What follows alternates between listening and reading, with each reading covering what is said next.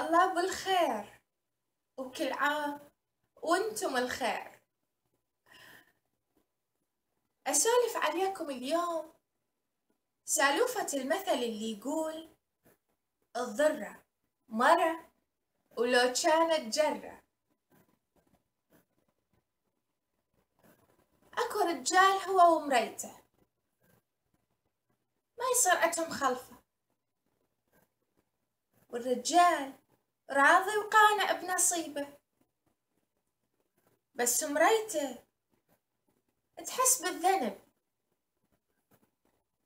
اجت وسولفت عليه، قالت له انت من حقك تتزوج وانا ما عارضك ومستعدة حتى اخطب لك اياها.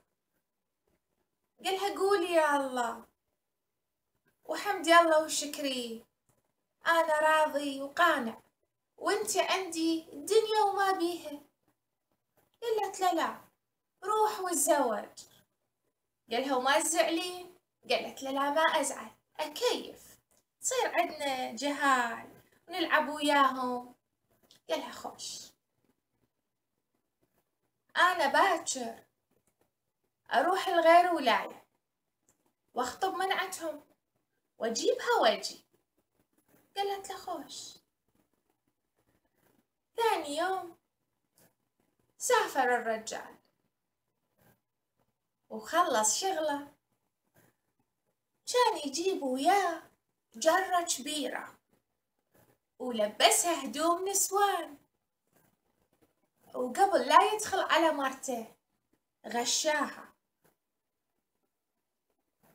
دخل على مرته وقالها هاي العروس الجديدة، وحتى لا تضوجك ولا تزعلك أخليها بغرفة وانت بغرفة. دخل الجرة بالغرفة وقفل الباب وطلع. وين رجعته كان يشوف مريته الوجه مزلغ والهدوم مقطعة وتدق وتلطم. قالها خيرك ايش صار؟ قالت له يا غير مرتك الجديدة هدت علي وشتمتني وسوت بي شوف حالي. قالها شلون انت العزيزة الغالية، هاي هيك تسوي بيك بسيطة الا اعاقبها.